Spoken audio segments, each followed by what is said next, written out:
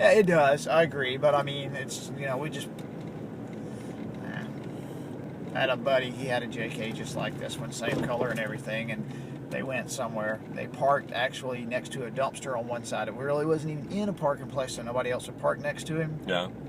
And sure enough, somebody else squeezed in right next to him. And all I can think of is they must have had a kid in the back that kicked the door open because the gouge in his Jeep was about that long. And it was almost through the metal where their door hit his Jeep. Oh, wow. Wow. So it's stuff, if I'm sitting, and somebody, their door bumps it, it's like, pay attention to what you're doing. But I'm not going to freak out. But it's good about your rock sliders. They Yeah, stick out exactly. enough. You're not touching the door yeah, ever. that's where I normally park next to cars.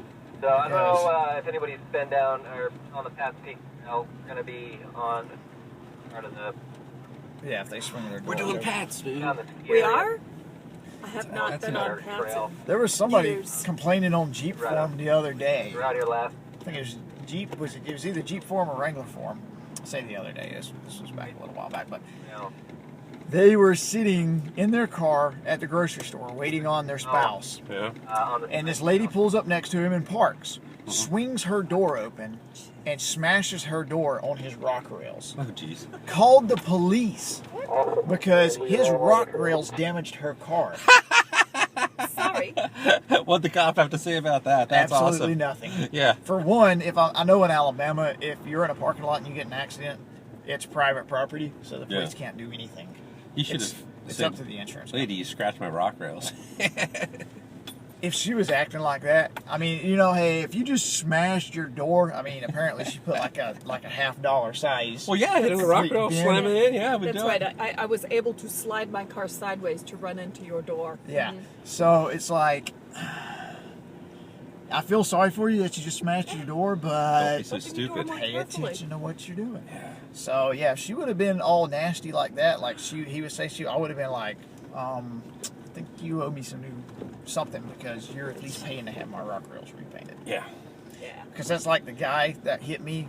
I say hit me, that was drunk and pulled out in front of me, and that I hit. Had his girlfriend not been so snotty, I wouldn't have done anything because I had no damage. Yeah. But the way they acted, I was like, look, if you want to keep on. Yeah. Technically my fender is damaged. Yeah.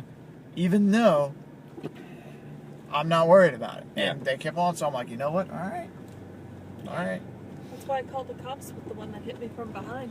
Yeah. She had such an attitude. No. I'm going to slow up your day just because I can.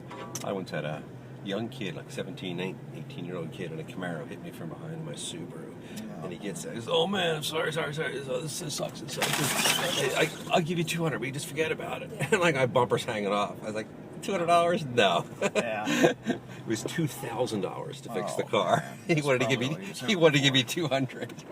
Nah, the worst I've ever seen, I had an old Chevy I'd restored. And, it was one of the guys had done the old Chevy Blazer, the K5. Yeah. And he had, by the time he added it up after the accident, he had $87,000 in the truck. And this thing looked amazing.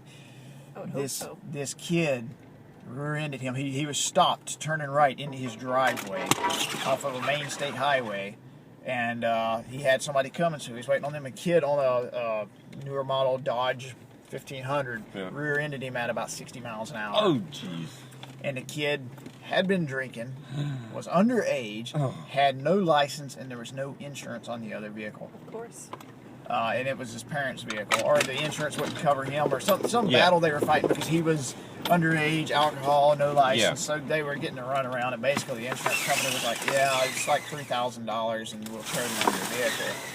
So he went to court and battled and basically had supplied receipts and what it would cost to replace it. And I never completely found out how that one worked out. It worked out for him. Hopefully. I imagine the parents were on the hook. Yeah. I'm sure. That's why my kids don't drive.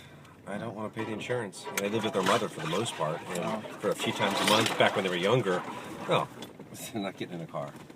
Did teach my daughter to drive stick. She was talking about going out west and working on a horse farm one summer. I said, there's not a horse farm in the world that's going to hire you if you can't drive a stick shift pickup truck. So I'll teach you to drive stick. She said, I don't know how to drive. I don't care if I don't know how to drive. I'm going to teach you the clutch and the stick. Yeah. So we went out to the beach, Cape Cod Seashore. There's nothing for her to hit. I put it in 4 low. You know, we don't even need the clutch, and she can practice that.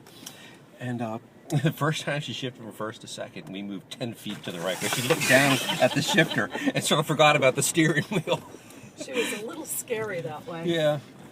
But she also is probably one of the few kids in the world that's had a driving lesson interrupted by a breaching whale. So we stopped to watch that. Yeah, she eventually got a hold of it.